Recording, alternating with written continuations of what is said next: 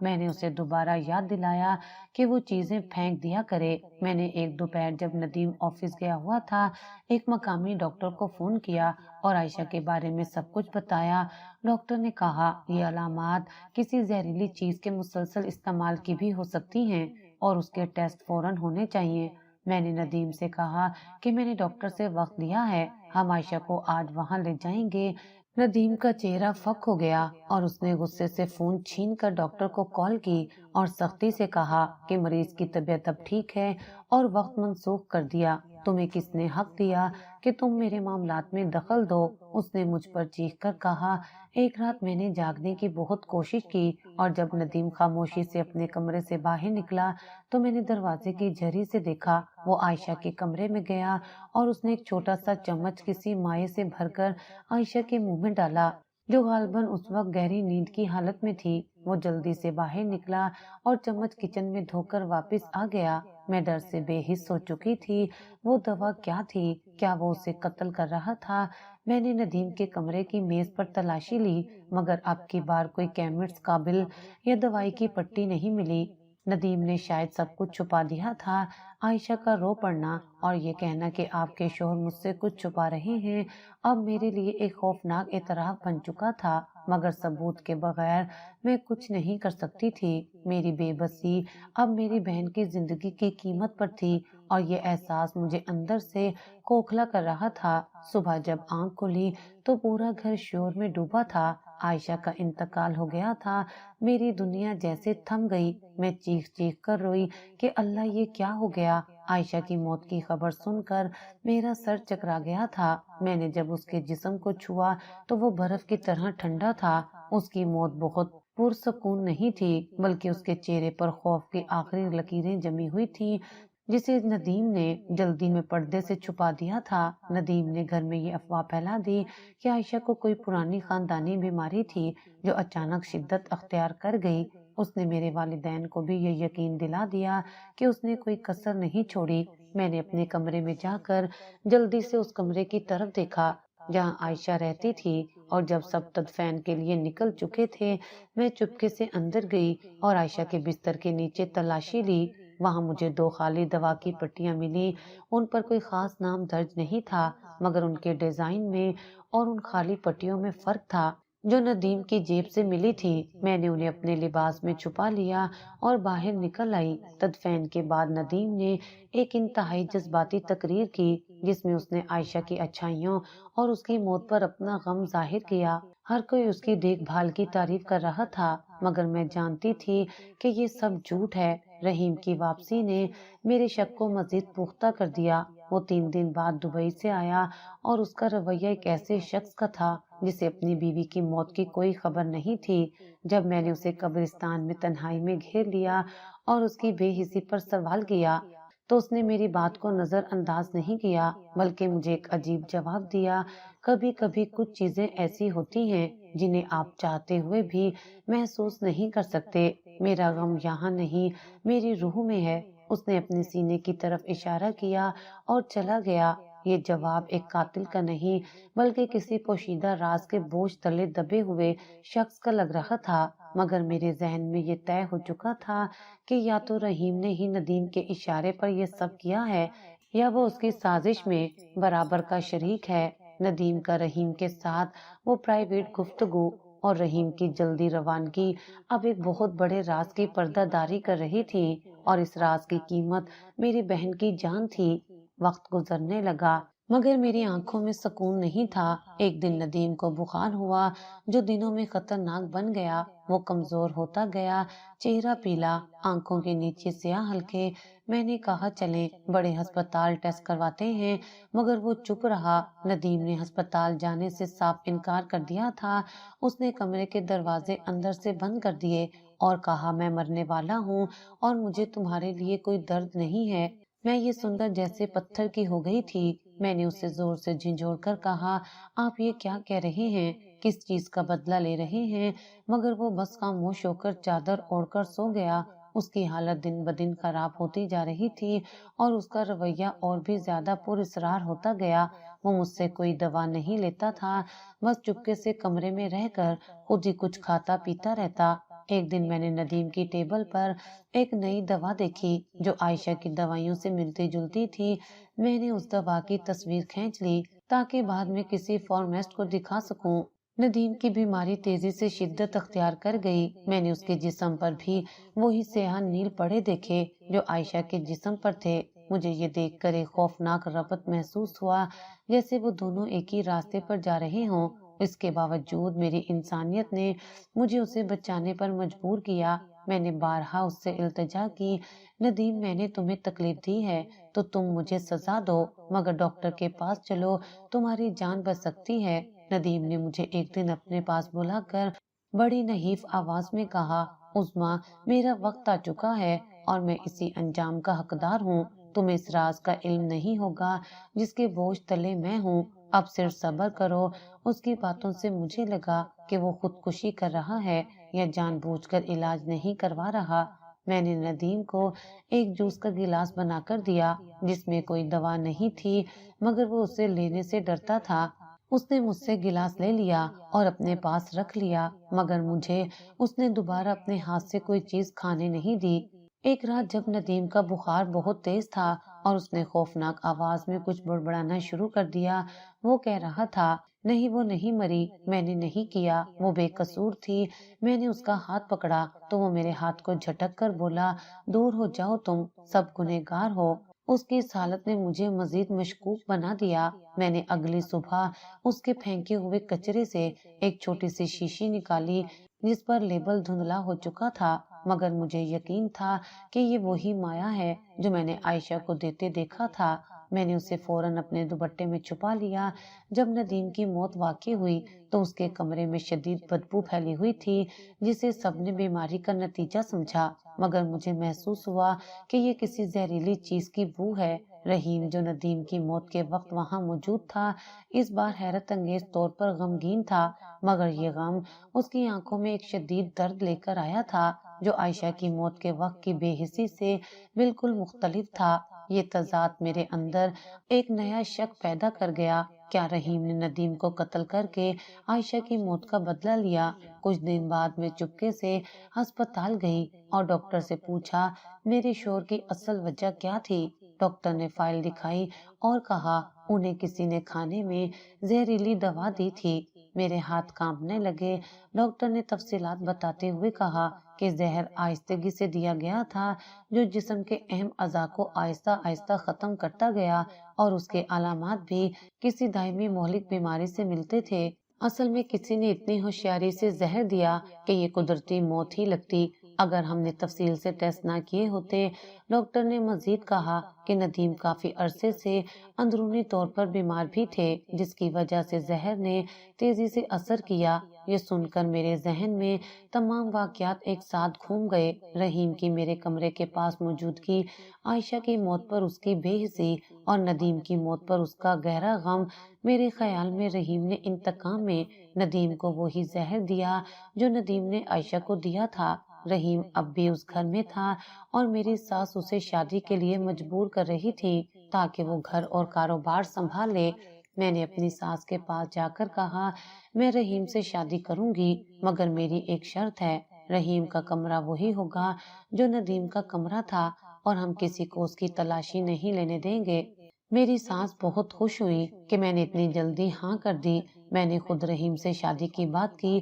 جب میں نے اس کی طرف دیکھا تو اس کی آنکھوں میں شدید تناؤ تھا۔ میں نے پوچھا تم مجھ سے شادی کیوں کر رہے ہو؟ اس نے تھکی ہوئی آواز میں کہا کیونکہ گھر میں کوئی نہیں ہے جو تمہارا خیال رکھے اور میں نہیں چاہتا کہ تم یہاں تنہا رہو۔ مجھے لگا کہ یہ سب اس کا ڈھونگ ہے تاکہ وہ اپنے جرم کے نشانات مٹا سکے۔ نکاح کے وقت میں نے سوچ لیا تھا کہ اب یہ بدلہ صرف میرا مقصد ہے، مجھے ہر صورت رحیم کی حقیقت جاننی تھی۔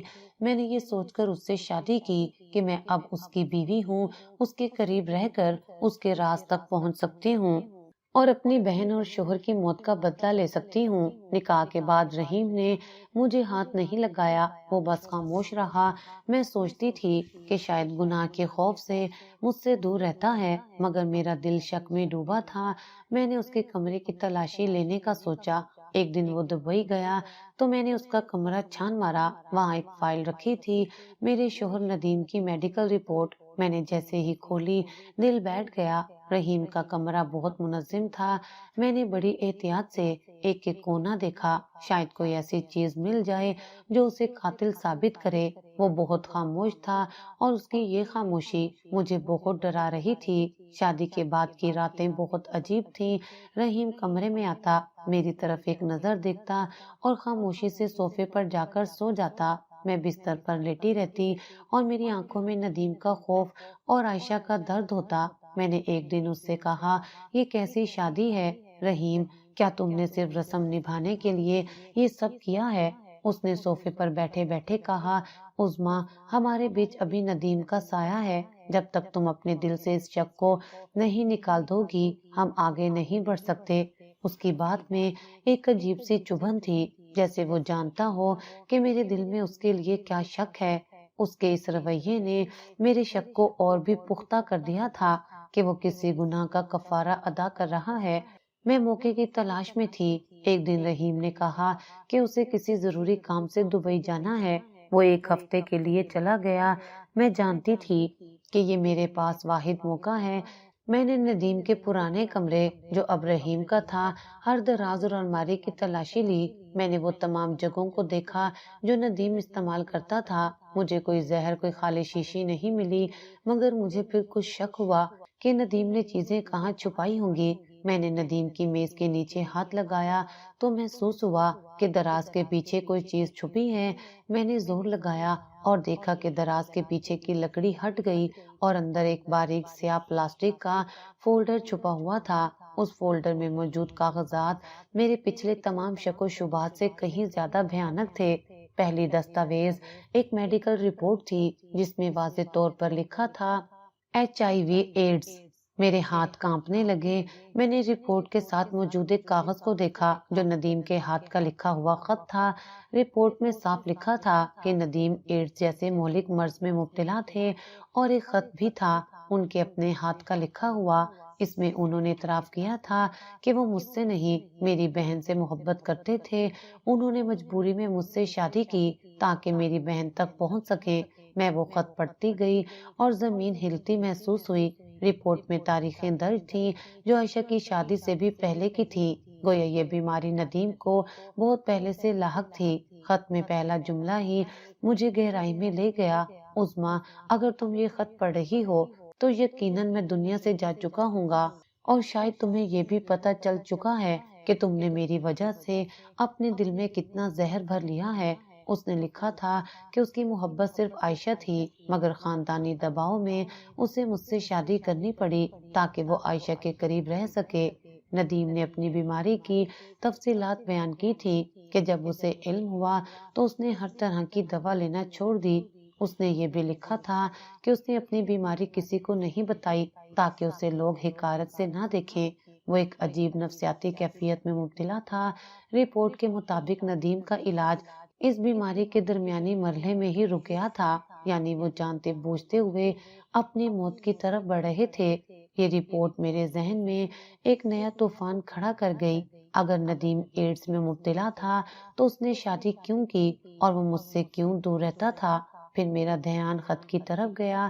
خط میں ندیم نے لکھا تھا کہ اس کی اور عائشہ کی ملاقات کئی سال پہلے یونیورسٹی میں ہوئی تھی اور وہ دونوں ایک دوسرے کو پسند کرتے تھے، مگر چونکہ میں بڑی بہن تھی اس لیے خاندان نے مجبوری میں پہلے میری شادی ندیم سے کروا دی۔ میری زندگی کا واحد مقصد صرف عائشہ کو پانا تھا، اور تمہارے ساتھ میرا رشتہ صرف ایک ڈھونگ تھا تاکہ میں تمہارے گھر میں رہ کر اس کے قریب رہ سکوں۔ یہ سطریں پڑھ کر مجھے لگا کہ میں نے ندیم کی تنہائی کو غلط سمجھا۔ وہ مجھ سے دوری نہیں بنا رہا تھا، بلکہ وہ مجھے اپنی بیماری اور اپنے مکروہ ارادوں سے بچا رہا تھا۔ اس کا میرے قریب نہ آنا، اس کا مجھ سے بے رخی برتنا، یہ سب اس لیے تھا کہ وہ کسی اور کے قریب جانا چاہتا تھا۔ میرا جسم غصے سے کانپ رہا تھا۔ میں صرف ندیم کی بے رخی پر رو رہی تھی، اور یہاں وہ میری بہن کو پانے کے لیے اتنی بڑی سازش کر رہا تھا کہ اس نے مجھ سے بیماری کے ساتھ شادی کر لی۔ میں نے وہ خط کھولا جو ندیم کے کمرے کے چھپے فولڈر میں ملا تھا۔ لفظوں نے جیسے میری سانس روک دی تھی۔ خط کی پہلی سطر تھی، عظما اگر تم یہ خط پڑھ رہی ہو تو میں دنیا میں نہیں ہوں گا، میں وہ سب لکھ رہا ہوں جو میں نے کسی سے نہیں کہا۔ میں کپ کپاتے ہاتھوں سے کاغذ تھامے بیٹھی تھی، اس میں جو لکھا تھا وہ انسانیت کے لیے شرم اور میرے وجود کے لیے عذاب تھا۔ ندیم نے اعتراف کیا تھا کہ وہ عائشہ سے محبت کرتا تھا، مجھ سے نہیں۔ اس نے مجبوری میں مجھ سے شادی کی تاکہ میری بہن کے قریب رہ سکے۔ یہ تعلق ایک دھوکہ تھا، ایک پردہ جس کے پیچھے گناہ کا جہنم سلگ رہا تھا۔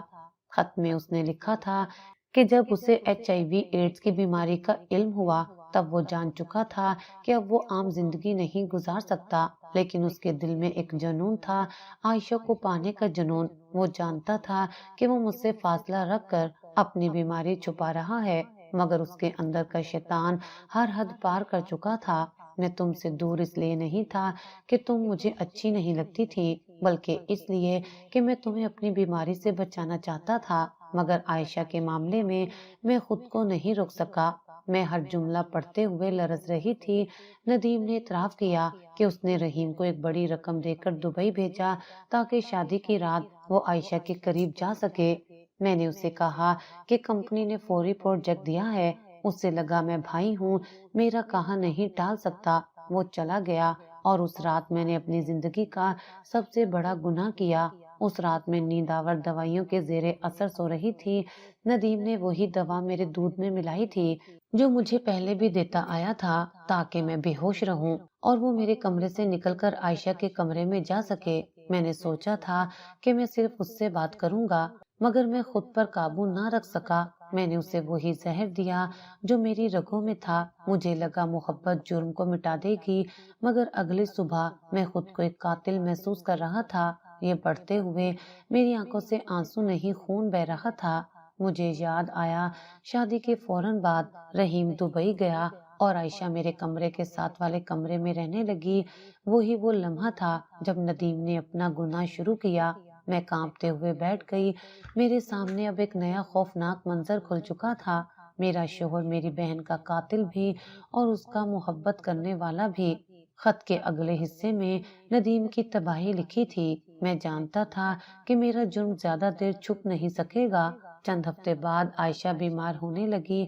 میں نے اسے خود ڈاکٹر کے پاس لے جانا شروع کیا، مگر رپورٹ دیکھ کر میرے پاؤں تلے سے زمین نکل گئی۔ اس میں وہی بیماری ظاہر ہوئی جو مجھ میں تھی۔ اب ندیم کے لیے دنیا ختم ہو چکی تھی۔ اسے احساس ہوا کہ اس نے نہ صرف عائشہ کی عزت بلکہ اس کی زندگی چھین لی۔ میں نے اسے مارا نہیں، مگر میں نے اسے زندہ بھی نہیں رہنے دیا۔ میں نے اپنی محبت کو موت کا تحفہ دیا۔ میں تصور میں عائشہ کا زرد چہرہ دیکھ رہی تھی جس پر نیل کے داغ اور لرزتی سانسیں تھیں۔ ندیم نے اسے دوا کے نام پر وہی زہر دینا شروع کر دیا جو وہ خود بھی استعمال کرتا تھا۔ یہ زہر جسم کو آہستہ آہستہ کمزور کرتا ہے اور موت کو قدرتی بیماری کا روپ دیتا ہے۔ میں نہیں چاہتا تھا کہ میری بیماری کسی اور تک پہنچے، نہ رحیم، نہ تم، نہ کوئی اور۔ میں نے فیصلہ کیا کہ میں اس سب کو ختم کر دوں گا، اپنی محبت، اپنی بیماری اور اپنی زندگی۔ اب اس کا جرم خوف میں بدل چکا تھا۔ وہ خود کو نہ عدالت کے سامنے پیش کر سکا نہ اللہ کے، اس لیے اس نے اپنی موت کا انتظام خود کیا۔ میں وہی زہر خود بھی لینے لگا۔ میں چاہتا تھا کہ میری موت عائشہ کی طرح ہو تاکہ لوگ اسے قدرتی سمجھیں اور میرا راز ہمیشہ دفن رہے۔ میں خط کے آخری حصے تک کانپتی رہی۔ ندیم نے لکھا تھا کہ اس نے ڈاکٹر کو بھی جھوٹ بولا اور رپورٹس خود بدلوا دی تاکہ کوئی سچ تک نہ پہنچ سکے۔ وہ کہتا ہے میں خود کو سزا دے رہا ہوں، میری موت میری بخشش نہیں، میرا کفارہ ہے۔ اس نے آخر میں لکھا تھا کہ رحیم بے قصور ہے، وہ صرف میری خاطر چپ رہا، اس پر اگر کبھی شک ہو تو یہ خط اسے بے گناہ ثابت کرے گا۔ میں نے وہ خط اپنے سینے سے لگایا مگر دل پھٹ گیا۔ میری بہن کی موت حادثہ نہیں، ایک ایسے زہر کا نتیجہ تھی۔ ندیم قاتل تھا، خود اپنی لعنت کا شکار بن چکا تھا۔ کئی دن تک میں کمرے میں بند رہی، کبھی خط کو دیکھتی، کبھی خود کو۔ میری پوری زندگی جھوٹ کے سہارے کھڑی تھی۔ رحیم پر جو شک میں نے کیا، جو نفرت میں نے دل میں بسائی، وہ سب غلط تھی۔ میں نے اسے قاتل سمجھا، حالانکہ وہ خود ایک بے گناہ قیدی تھا، اپنے بھائی کے راز کا قیدی۔ اب میں سمجھ گئی تھی کہ وہ مجھ سے فاصلہ کیوں رکھتا تھا۔ کیوں میرے قریب نہیں آتا تھا؟ کیوں وہ ہمیشہ خاموش رہتا تھا؟ وہ میرے غصے اور الزام کے باوجود چپ تھا، کیونکہ وہ جانتا تھا کہ سچ بولنے سے میں ٹوٹ جاؤں گی۔ رحیم کے لیے یہ سب جھیلنا عذاب سے کم نہ تھا۔ وہ ہر روز اس گھر میں رہتا جہاں اس کی بیوی عائشہ کی یاد اور بھائی ندیم کا گناہ دیواروں میں بس گیا تھا۔ میں نے سوچا اگر میں اس کی جگہ ہوتی تو شاید پاگل ہو جاتی۔ میں نے اللہ کے حضور سر جھکا کر کہا، یا رب، میں نے ظلم کیا، میں نے ایک بے گناہ کو مجرم سمجھا، میری بہن کی موت تیری تقدیر تھی، مگر میں نے اس کا الزام ایک بے قصور انسان پر لگا دیا۔ اب میرا دل چاہتا تھا کہ رحیم کے سامنے جا کر اپنے تمام گناہوں کا اعتراف کروں۔ میں نے فیصلہ کیا کہ جب وہ دبئی سے واپس آئے گا میں اسے سب کچھ سچ سچ بتاؤں گی۔ میں نے وہ خط اور میڈیکل رپورٹ سنبھال کر رکھ دی۔ یہ اب میرے ضمیر کا بوجھ نہیں بلکہ میرے سچ کی نشانی تھی۔ رحیم دبئی سے واپس آیا تو اس کے چہرے پر گہری سوچ تھی، آنکھوں میں تھکن، چہرے پر اداسی، مگر کہیں ایک چھپا ہوا سکون بھی۔ اس نے مجھے دیکھا جیسے برسوں بعد کوئی پرانا باب بند ہونے والا ہو۔ میں نے آہستہ سے وہ خط اس کے سامنے رکھا، وہی خط جو ندیم کے کمرے سے ملا تھا، جس نے ہماری زندگیوں کے سارے راز کھول دیے تھے۔ رحیم نے خط کھولا، چند لمحے خاموشی سے پڑھتا رہا، پھر آنکھیں بند کر کے گہرا سانس لیا۔ میں رو پڑی۔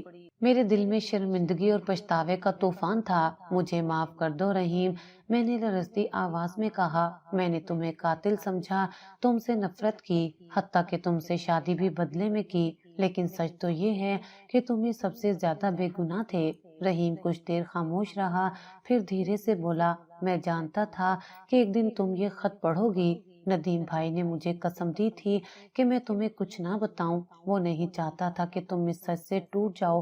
میں نے سسک کر پوچھا، تم نے سب دیکھا، سب جانا، پھر بھی چپ کیوں سادھی، کیوں برداشت کیا اتنی نفرت؟ رحیم نے میری طرف دیکھا، اس کی آنکھوں میں نمی تھی، کیونکہ میں نے تمہاری آنکھوں میں درد دیکھا تھا۔ میں چاہتا تھا کہ تم سکون سے جیو، چاہے میں خود الزام سہ لوں۔ تمہارا شک میری سزا تھی عظمیٰ، اور میں نے وہ سزا قبول کر لی۔ میں نے اپنے آنسو صاف کیے اور دھیرے سے کہا، اب میں سچ جان چکی ہوں، اب میں تمہیں کھونا نہیں چاہتی۔ ہم دونوں ایک ہی زخم کے وارث ہیں، ہم ایک دوسرے کا مرہم بننا ہوگا۔ رحیم نے پہلی بار میرا ہاتھ تھاما، اس کے ہاتھ میں ایک نرمی تھی، جیسے برسوں کی سرد دیوار گر گئی ہو۔ اللہ نے ہمیں دوسرا موقع دیا ہے عظمیٰ، اب ہمیں اس موقع کو سچائی اور پاکیزگی سے جینا ہے۔ ہم نے مل کر فیصلہ کیا کہ ندیم کا خط جلا دیا جائے، ہم نے اس کے گناہ کو ماضی کی راکھ میں دفن کر دیا، مگر اس انجام کی یاد ہمیشہ دل میں رکھی۔ میں نے شعلے کو دیکھتے ہوئے دل ہی دل میں کہا، یہ صرف کاغذ نہیں جل رہا، یہ وہ گناہ ہے جس نے ہمیں سچائی تک پہنچایا۔ کچھ دن بعد ہم دونوں عائشہ کی قبر پر گئے۔ ہوا میں خاموشی تھی اور سورج ڈھلتے وقت کی کرنیں قبر کی مٹی پر چمک رہی تھی۔ ہم نے قرآن کی تلاوت کی اور ہر آیت کے ساتھ دل کا بوجھ ہلکا ہوتا گیا۔ رحیم کے چہرے پر سکون تھا، ایسا سکون جو برسوں بعد نصیب ہوا ہو۔ میں نے قبر کے قریب بیٹھ کر دل میں کہا، عائشہ، تم بے گناہ تھی، تمہارا درد اب ہماری دعا بن چکا ہے، تم جا چکی ہو، مگر تمہاری معصومیت نے ہمیں سچائی تک پہنچا دیا۔ اگلے ہی ہفتے میں نے فیصلہ کیا کہ میں اور رحیم دونوں اپنے میڈیکل ٹیسٹ کروائیں گے۔ میرے دل میں کہیں نہ کہیں خوف تھا کہ کہیں ندیم کی بیماری کا سایہ ہم پر نہ ہو۔ رحیم نے فوراً کہا، یہ قدم سب سے ضروری ہے عظمیٰ، ہمیں اپنی نئی زندگی سچائی کے ساتھ شروع کرنی ہے۔ ہم دونوں نے تمام ضروری ٹیسٹ کروائے، نتائج آئے تو میری آنکھوں میں آنسو آ گئے۔ الحمدللہ ہم دونوں بالکل صحت مند تھے۔ اللہ نے ہمیں نہ صرف زندگی دی بلکہ اس خوفناک آزمائش سے بھی محفوظ رکھا۔ میں نے سجدہ شکر ادا کیا اور رحیم نے دھیرے سے کہا، دیکھا، اللہ ظالم نہیں ہوتا، وہ صرف انسان کو آزما کر پاک کرتا ہے۔ وقت گزرتا گیا، زندگی نے آہستہ آہستہ اپنے رنگ واپس لیے۔ میں اب ماں ہوں، میرے بیٹے کی آنکھوں میں وہ روشنی ہے جو شاید اللہ نے ہمارے گناہوں کا کفارہ بنا کر دی ہے۔ رحیم رات کو میرے پاس بیٹھتا ہے، میرے سر پر ہاتھ پھیرتا ہے اور میں خاموشی سے سوچتی ہوں کہ کبھی یہ ہاتھ نفرت کے فاصلے میں گم تھے اور آج یہی ہاتھ میرا سہارا ہے۔ ندیم اور عائشہ کا سایہ آج بھی ہمارے دلوں میں ہے، مگر اب وہ سایہ خوف کا نہیں